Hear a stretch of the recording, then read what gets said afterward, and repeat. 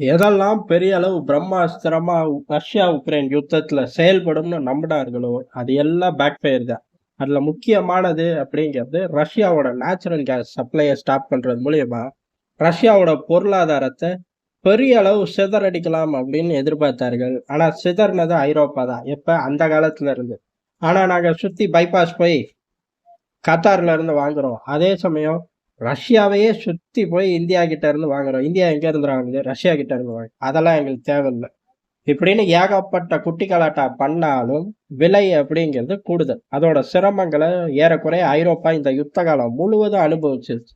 அனுபவிச்சு ஒளிஞ்சு போயிட்டாங்க. இப்ப வலிக்கே வர ஆரம்பிச்சிட்டாங்க. அதுல ரெண்டு விவகாரம் ஒரே நேரத்துல பத்திக்கிச்சு. ஒண்ணு, உக்ரைன் வழியா போன கேஸ் பைப்லைன் நிக்கவும் ஸ்லோவாக்கியா, டிரான்சிட், மோல்தாவா போன்ற பகுதிகளை எப்படி காப்பாத்துறது? நம்ம தானே சப்சிடி பண்ணி தொலையணும் அப்படின்னு அங்க பிரச்சனைகள் கூடுது.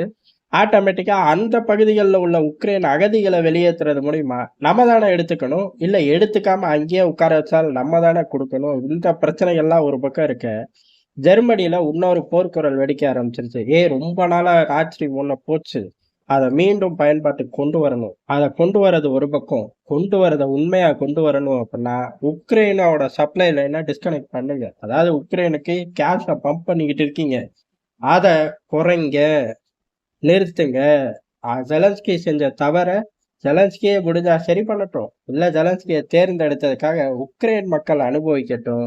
நம்ம கிடையாது அப்படின்னு பெரிய அளவுல ஜெர்மன்ல இப்ப போர்க்குடி தூக்க ஆரம்பிச்சிட்டாருங்க. இதை முந்தைய தூக்கியிருந்தாலும் உருட்டிருக்கலாம். லேட்டா தூக்குறாங்க, பரவாயில்ல. ஆனா இதே நேச்சுரல் கேஸை வச்சுக்கிட்டு பம்பு பண்ணாத நாளே கிடையாது. ரஷ்யா கிட்ட இருந்து வாங்குறேன், ரஷ்யா கிட்ட இருந்து வாங்குறேன், ரஷ்யா கிட்ட இருந்து வாங்குறேன்னு கத்திப்புட்டு இப்ப ரஷ்யா கிட்ட இருந்து நான் தான் வாங்கணும் அப்படின்னு ஆளா கிளம்பி போய் நிக்கிறாங்க. போய் நின்று தொலையட்டும், பிரச்சனை முடிஞ்சா சரி. ஆனா இந்த யுத்தத்து மூலியமா இவர்கள் என்ன சாதிச்சார்கள் அப்படின்னு கேட்டா பெரிய பட்டியல் ஒண்ணும் இருக்காது இவர்கள் கிட்ட. ஆனா ரஷ்யா கிட்ட பெரிய பட்டியல் இருக்குன்னு அவர்கள் இப்ப பேச ஆரம்பிச்சிட்டார்கள். காரணம் என்ன அப்படின்னா, உலகம் ரொம்ப நாளா பெரிய அளவு யுத்தம் இல்ல அப்படின்னா யுத்தத்துக்கான தயார் நிலையில உலகம் இருக்கு அப்படிங்கிறதுதான். அதாவது பொருளாதார பலத்தை நோக்கி ஓடிக்கிட்டே இருந்தாங்க. இப்ப அது சேர்ந்துச்சா சேரலையான்னு நமக்கு தெரியல. ஆனா சேர்ந்த நினைப்புல எல்லா பயிலும் யுத்தத்தை ஆரம்பிச்சிட்டாங்க.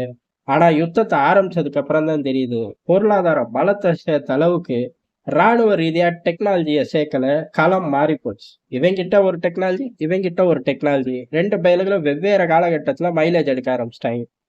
பழையபடி டேங்க் படையை கொண்டு போய் செதற அடிக்கலாம் அப்படின்னா போற டேங்க் படை செதறுது. நல்லா போர்க்களத்துல தளபதிகளை தொடுறது அப்படிங்கிறது குதிரை கொம்பு. இப்ப அப்படி கிடையாது. போர்க்களத்துல தளபதிகள் இருக்கக்கூடிய சென்டர் தான் மெயின் டார்கெட்டே. ஆளில்லா விமானத்தை வச்சு சிம்பிளா ஜோலியை முடிச்சிடுறாங்க.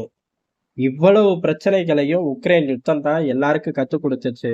ஆனா ஒட்டுமொத்த உலகமும் வேடிக்கை பார்த்து கத்துருக்கு. இதை எவ்வளவு தூரம் களத்துக்கு எஃபெக்டிவா கொண்டு போக முடியும் அப்படிங்கிறது களத்துக்கு போனாதான் தெரியும். யாரா இருந்தாலும், அண்ணன் அமெரிக்காவா இருந்தாலும் சரி, இல்ல நம்மளா இருந்தாலும் சரி. ஆனா ரஷ்யாவை பொறுத்தவரை அப்படி இல்ல. அந்த களத்துல நொடிக்கு நொடி அப்டேட் ஆகிக்கிட்டு இருக்கும். அதனால அடுத்த உலகம் சந்திக்க போற யுத்தங்கள்ல பூரா கதாநாயகன் நாங்க தான்டா அப்படின்னு சொல்லி வம்பளுக்க ஆரம்பிச்சிட்டார்கள். அவர்கள் டெலிகிராம் சேனல்கள் வேற ரகத்துல பயணிக்க ஆரம்பிக்குது. காரணம் என்னன்னா இதான் காரணங்கிறார்கள். டெக்னாலஜி ரீதியா நாங்க பெரிய அளவுல முன்னேறி போயிட்டோம். இன்னும் சொல்ல போனா அடுத்த 100 ஆண்டுகள், 150 ஆண்டுகளுக்கு யுத்தம் எந்த திசைக்கு போனாலும் சரி, அந்த யுத்த காலத்துல ரஷ்ய டெக்னாலஜி பெரிய அளவு கை கொடுக்கும். ரஷ்யாவை கொடிய பறக்க வைக்கும் அப்படின்னு சொல்றார்கள்.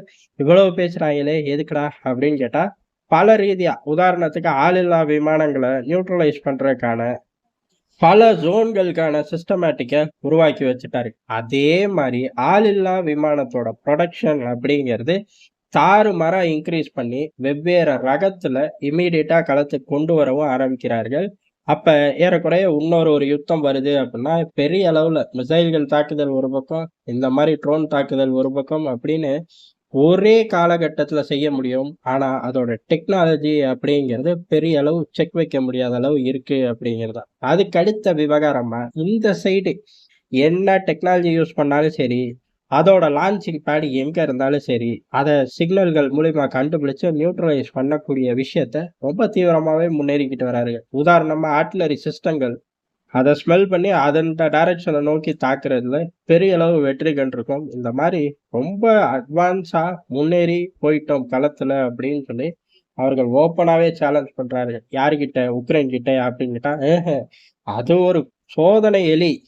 எல்லாமே அன்னை அமெரிக்காவுக்கு நேரடி பதிலாவே குடுக்கிறார்கள். அமெரிக்காவ பொறுத்தவரை பைடன் நிர்வாகத்தோட ஃபோக்கஸ் இதுல எல்லாம் கிடையாது.